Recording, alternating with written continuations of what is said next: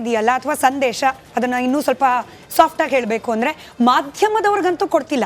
BJP ಶಿಸ್ತಿನ ಪಕ್ಷ, ಇಲ್ಲಿ ರಾಜ್ಯಾಧ್ಯಕ್ಷರನ್ನ ಬಿಟ್ಟು ಬೇರೆ ಯಾರ ನಾಯಕತ್ವದಲ್ಲೂ ಪ್ರತ್ಯೇಕವಾಗಿ ಹೋರಾಟ ಮಾಡೋಂಗಿಲ್ಲ. ಯಾರಿಗೆ ಕೊಡ್ತಿದ್ದಾರೆ ಇದನ್ನ? ಅಲ್ಲ, ಈಗ ನಾನು ರೇಣುಕಾಚಾರ್ಯವರ ಹೇಳಿಕೆಗಳು ಅಥವಾ ನಮ್ಮ ಯತ್ನಾಳ್ ಅವರ ಹೇಳಿಕೆಗಳು ಇವು ಎಲ್ಲವನ್ನ ಬಿಡಿಬಿಡಿಯಾಗಿ ನೋಡಿ ಮಾತಾಡೋದಕ್ಕಿಂತ ಎಲ್ಲವನ್ನ ಕ್ರೋಢೀಕರಿಸಿ ಹೇಳಬೇಕು ಅಂತಂದರೆ, ಒಂದು ತುಂಬ ನಿಮಗೆ ಸ್ಪಷ್ಟನೆಯನ್ನು ಕೊಡ್ಲಿಕ್ಕೆ ಬಯಸ್ತೇನೆ. ಒಂದು, ಕೇಂದ್ರದ ವರಿಷ್ಠನೇನೆ ರಾಜ್ಯಾಧ್ಯಕ್ಷರನ್ನ ನೇಮಕ ಮಾಡಿರ್ತಕ್ಕಂಥದ್ದು. ರಾಷ್ಟ್ರೀಯ ಅಧ್ಯಕ್ಷರೇನಿದ್ದಾರೆ, ರಾಷ್ಟ್ರೀಯ ಅಧ್ಯಕ್ಷರು ನರೇಂದ್ರ ಮೋದಿ ಮತ್ತು ಅಮಿತ್ ಶಾಜಿ ಅವರ ಅಣತಿಯ ಮೇರೆಗೆ ಇವತ್ತು ನೇಮಕ ಆಗಿರ್ತಕ್ಕಂಥದ್ದು BY ವಿಜಯೇಂದ್ರ ಅವರದು. ಹಾಗಾಗಿ ಇಲ್ಲಿ ಒಂದಷ್ಟು ಆಡಳಿತ ಪಕ್ಷ ಕಾಂಗ್ರೆಸ್ ಪಕ್ಷ ಏನಿದೆ, ಈ ಕಾಂಗ್ರೆಸ್ ಪಕ್ಷದಿಂದ ಒಂದಷ್ಟು ಜನಸಾಮಾನ್ಯರ ಲೂಟಿ ಆಗ್ತಾ ಇರ್ತಕ್ಕಂಥದ್ದು, ಬ್ರಹ್ಮಾಂಡ ಭ್ರಷ್ಟಾಚಾರ ಆಗ್ತಾ ಇರ್ತಕ್ಕಂಥದ್ದು, ಈ ಸಾಕಷ್ಟು ಹಗರಣಗಳು ಒಂದರಿಂದ ಒಂದು ಸತತವಾದಂಥ ಹಗರಣಗಳನ್ನು ಮಾಡಿಕೊಂಡು ಬರ್ತಾ ಇರ್ತಕ್ಕಂಥದ್ದು.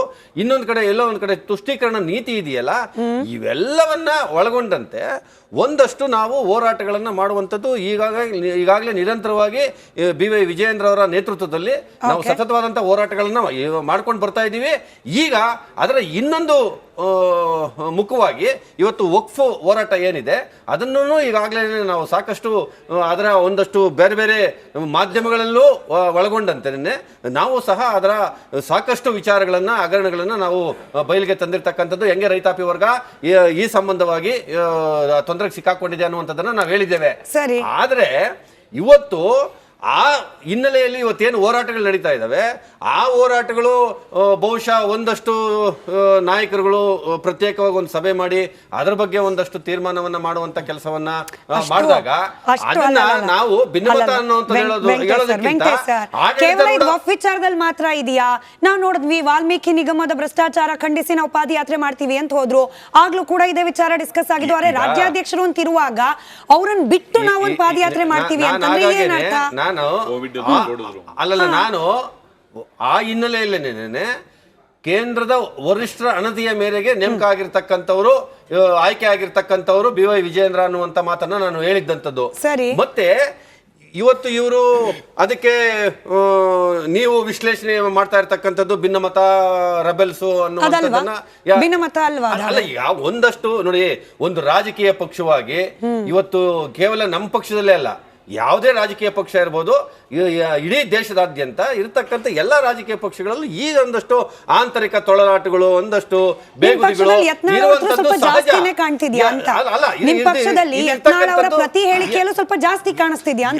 ಹಾಗಾಗಿ ಎಲ್ಲೋ ಒಂದು ಕಡೆ ನಮಗೂ ಸಹ ಎಲ್ಲೋ ಒಂದು ಕಡೆ ಇದಕ್ಕೆ ಒಂದಷ್ಟು ಶಾಶ್ವತವಾದಂತ ಪುಲಿ ಸ್ಟಾಪ್ ಇಡುವಂತ ಕೆಲಸ ಆಗ್ಬೇಕು ಅನ್ನುವಂಥದ್ದು ನಮ್ಮ ಕಾರ್ಯಕರ್ತರಾಗಿ ಎಲ್ಲರ ಅಭಿಮತವೂ ಅದಾಗಿದೆ. ಅಂದ್ರೆ ಹೆಂಗೆ ಅಂತಂದ್ರೆ, ಒಂದು ಕೇಂದ್ರದ ವರಿಷ್ಠರೇನೆ ಒಂದು ಸ್ಪಷ್ಟವಾದಂತ ಸಂದೇಶವನ್ನ ಇವತ್ತು ನಾವು ರಾಜ್ಯಾಧ್ಯಕ್ಷರ ನೇತೃತ್ವದಲ್ಲೇನೆ ಯಾವುದೇ ಹೋರಾಟಗಳು ನಡೆದ್ರು ಅದು ಅವರ ನೇತೃತ್ವದಲ್ಲೇ ನಡೀಬೇಕು ಅನ್ನುವಂತ ಒಂದು ಸ್ಪಷ್ಟ ನಿರ್ದೇಶನವನ್ನ ನೀಡುವಂತದ್ದು ನಂಗೆ ಅರ್ಥ ಆಯ್ತು. ಇಂಥದ್ದೇ ಸಂದೇಶವನ್ನ ಯತ್ನಾಳ್ ಅವರೇನೆ ವಾಲ್ಮೀಕಿ ಹೋರಾಟ ಮಾಡ್ತೀವಿ ಅಂದಾಗ್ಲೂ ಕೊಟ್ಟಿತ್ತು ಹೈಕಮಾಂಡ್. ಕೇರ್ ಮಾಡಿದ್ರ ಅವರು? ಕೇರ್ ಮಾಡಿದ್ರೆ ಇವತ್ತು ಮತ್ತೊಂದು ಪ್ರತ್ಯೇಕ ಸಭೆ ನಡೆಸ್ತಾ ಇದ್ರ? ಅಂದ್ರೆ ಹೈಕಮಾಂಡ್ ಸೂಚನೆಯನ್ನು ಕೂಡ, ನಾನು ಹೈಕಮಾಂಡ್ ಇಡಿಯಾಗಿ ಅಂತ ಹೇಳ್ಬೋದೋ ಇಲ್ಲ ಗೊತ್ತಿಲ್ಲ, ಹೈಕಮಾಂಡ್ ನಿಂದ ನೀಡುವ ಅಧಿಕೃತ ಸೂಚನೆಯನ್ನು ಕೂಡ ಧಿಕ್ಕರಿಸಿದ್ದಾರೆ ಯತ್ನಾಳ್ ಅವರು. ಸ್ಪಷ್ಟ. ಇವತ್ತು ಕಾಂಗ್ರೆಸ್ಸಿನ ಈ ಅವಾಂತರಗಳು, ಈ ಹಗರಣಗಳಿದಾವಲ್ಲ, ಇದರ ವಿರುದ್ಧ ಧ್ವನಿಯನ್ನ ಎತ್ತುವಂತ ಕೆಲಸವನ್ನ ನಾವು ಒಟ್ಟಾರೆಯಾಗಿ ಮಾಡ್ತಾ ಇರ್ತಕ್ಕಂಥದ್ದು. ಅದು ಇವತ್ತು ಕಾಂಗ್ರೆಸ್ ವಕ್ತಾರರಿದ್ರೆ ನಾನು ಪ್ರಶ್ನೆ ಕೇಳ್ತಿದ್ದೆ, ಅವ್ರಿಲ್ಲ.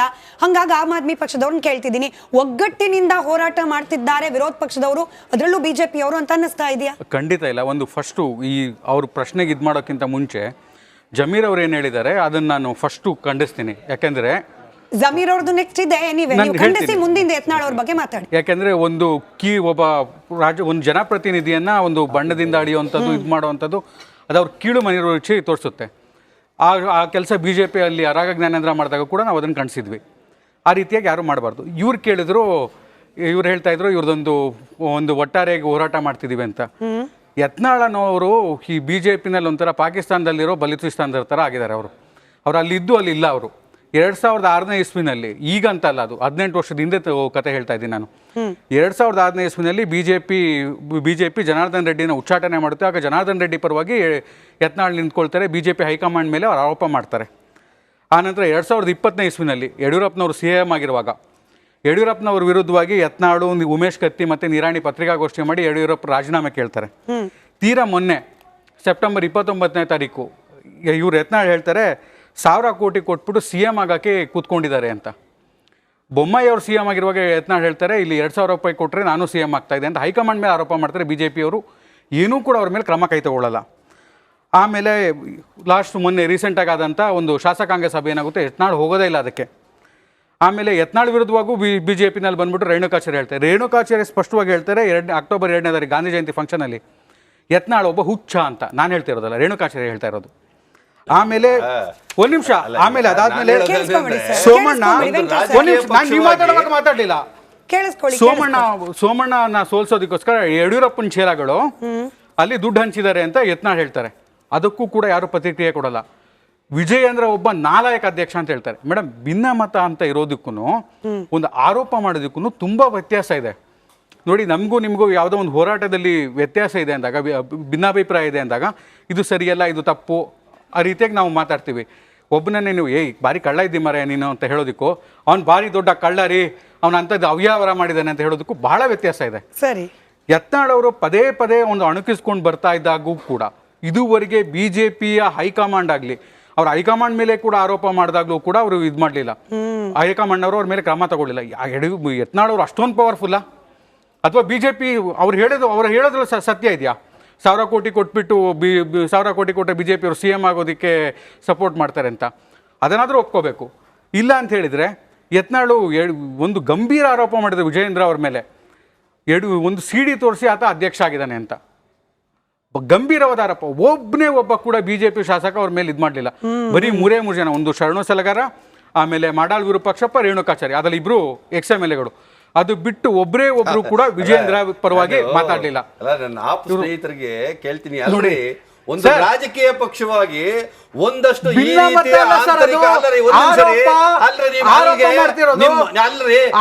ಬಾಲ್ಯಾವಸ್ಥೆಯಲ್ಲಿ ಇರ್ತಕ್ಕಂಥ ಆಪ್ ಪಕ್ಷದಲ್ಲಿ ಯಾವುದೇ ರೀತಿಯ